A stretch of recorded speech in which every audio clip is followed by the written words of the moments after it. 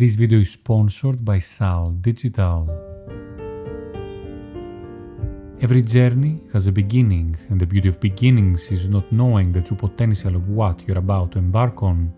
How a single click can eventually grow into a collection of moments that reveal not just how you grew as a photographer, but how you evolved as a person. And for this project, that journey started with one lens, the 50mm.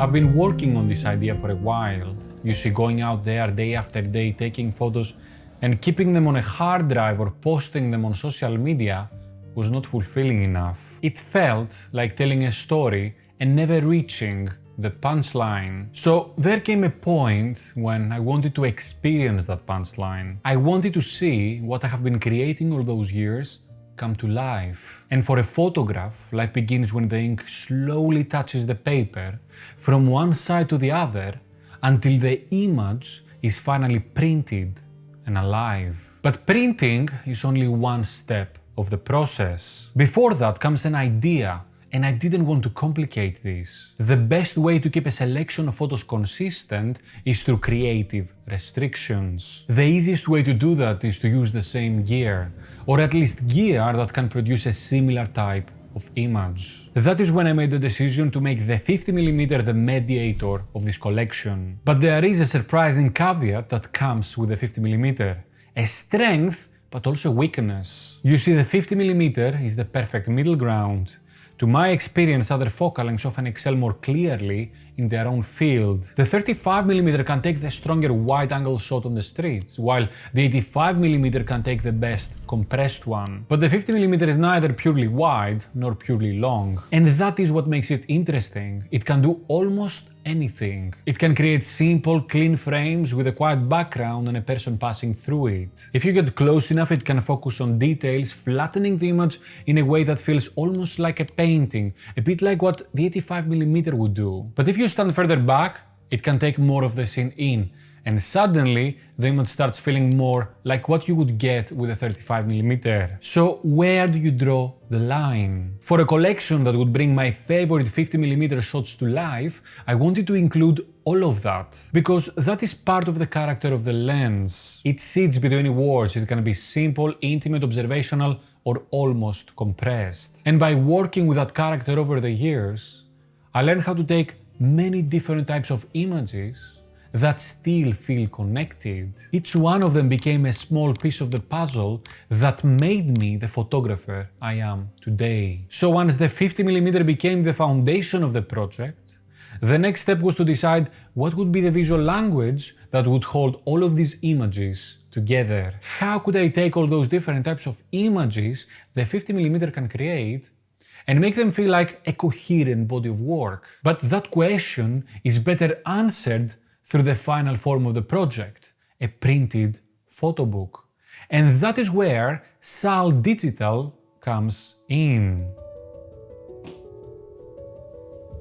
For this project, I worked with the sponsor of today's video, Saal Digital, to create a 30x30 professional line photo book with an acrylic glass cover. I wanted a physical object where the photos could speak to each other, where the sequence, the light, the color, the mood could all exist and speak to each other together outside of a screen. I used Saal Digital's PC software where I could just drag and drop easily my photos into the layout I wanted, give titles to the images, adjust the sequence, and place the order. Simple as that. Only a few days later, the photo book arrived at my doorstep. I'm not saying this because they're sponsoring the video, but when I opened the package and held the book in my hands, I was actually stunned. Seeing my photos printed on professional photographic paper of that quality was a completely different experience than seeing them on the screen. The colors came out incredibly accurate and very close to what I was seeing in my computer. For a project like this and for my style of photography, this matters a lot because my photographs depend a lot on light, shadow, tones, colors, and subtle mood. That doesn't always come out very easily. And indeed, the prints brought all those textures and colors to life, and they worked really well for high contrast images. The 30x30 format, which is quite big, works really well because of that size, it gives the images a lot of room to breathe. I mean, look at that. And what I also appreciate is that the product isn't branded, so there are no distracting logos anywhere. The acrylic glass cover of the book gives it a premium, more polished feeling, and it makes the front image feel important before you even open the book. So from my experience, the final result did meet my expectations. Saal Digital has also provided a special offer for the community of 30% off, so if you want to create your own photo book or print project, you can find the link down in the description below or in the pinned comment. Thank you Saal Digital for sponsoring this video. Let's go now and discuss how I took these photos on the streets and hopefully how you can do the same. I created this body of work across many years and many places. The oldest photo I decided to include was this one. I call it the Divine because we have a single strip of light coming down a wall, framing a man as he passes through it, almost as if he was receiving some sort of divine light. You see, this is one of the first examples that made me fall in love with light, shadows, and with how they frame life in ways that make the ordinary feel different. And I also call it the divine because in many ways this is where my interest and inspiration came from this photo. It is not the best photo in this visual language, but in many ways it is the beginning of many more that came afterwards, and many more that actually exist in this collection. So over all those years, all the way to the present day, when I'm out in the streets, I'm not looking for everything. I'm looking for a very specific type of image. What I wanted was high contrast, strong highlights, deep shadows, and subjects that feel like they've been pulled out of the darkness. Because with the 50mm, especially on the streets, I find that light becomes the best way to simplify a frame. Instead of trying to include everything, I would look for where the light was falling and then I would wait for something to happen inside it. A lot of the times that meant exposing for the highlights and letting the shadows fall into the darkness. And I really like that because the black space becomes part of the composition. It's not empty, it's not wasted, it becomes the vehicle that carries the frame. It removes distractions and it gives the subject importance. Almost like the darkness is there to glorify whatever is standing inside the light. Then I looked for shapes that would help me frame my subjects. Triangles were among the first ones that caught my attention. And that is why I'm starting the collection with this photo right here. A man in a yellow shirt and a red hat holding a skateboard coming out of the negative space and into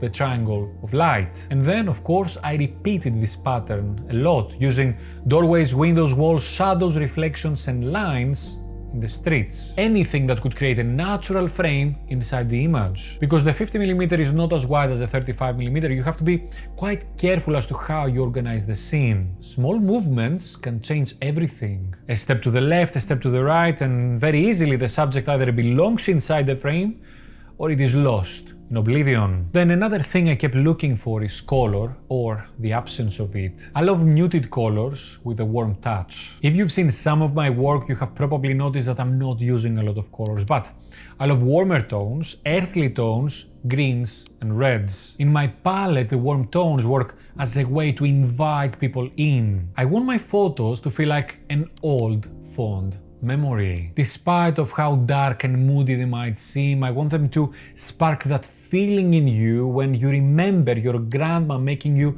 a warm cup of milk on a Sunday morning. And having a consistent color scheme that conveys an emotion that is unique to you plays such an important role in making a selection of photos feel like an actual body of work. So once I started seeing these patterns repeating across the years, I'm talking about light, darkness, mood, colors, all of this nice stuff, the next challenge was not to take more photos. It was deciding which images actually belong together. But as we mentioned earlier, the 50mm is a focal length that allows for a great variety of photos.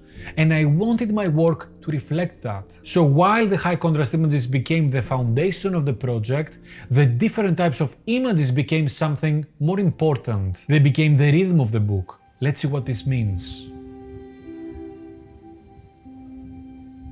High contrast images are inherently simple. They give space for the subject to breathe.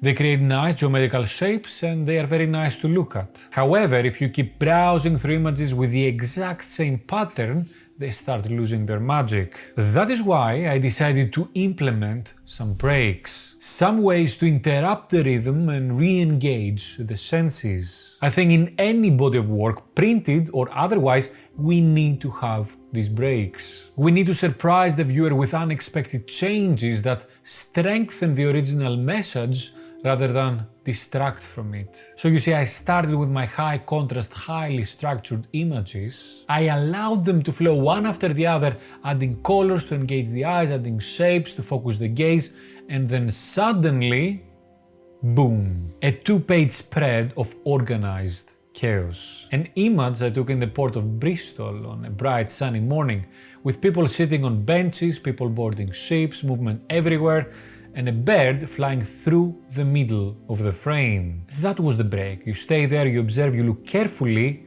and then you move. More clean frames, pleasing shapes, intense colors, lines that keep your eye engaged. And the moment you're about to drift, another 2-page spread. An old Beetle car with 2 chaps inside. One is smoking, the other is simply sitting, and in the back of the car a sign revealing its future.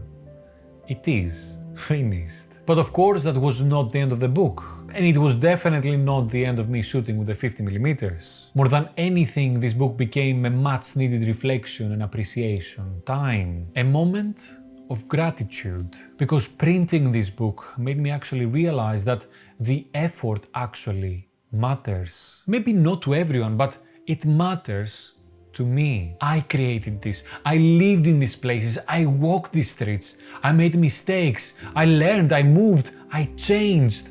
And I kept photographing. And now I can hold a small part of that journey in my hands. Whenever I doubt myself and whenever I become impatient and want everything to happen right now, I can look back at where everything started. I can almost touch 2018 and I can remind myself that divine inspiration does not always come suddenly. Sometimes it comes slowly. You move a little, you make mistakes, you learn, you try again, and eventually something starts to take shape. And when it does, I hope I will be ready for it.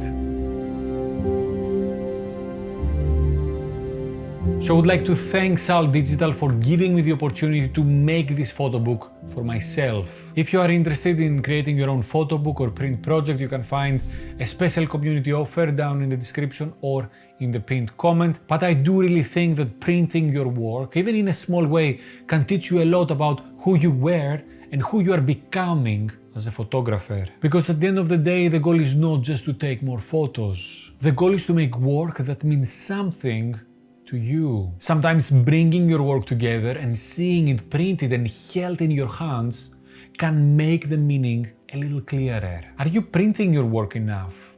Let me know in the comments. If you enjoyed this video, hit the like button, subscribe with the bell, or consider becoming a member to support the work behind these films. Now, if you want to explore the real difference between the 35 and the 50mm focal lengths, click and watch this video next.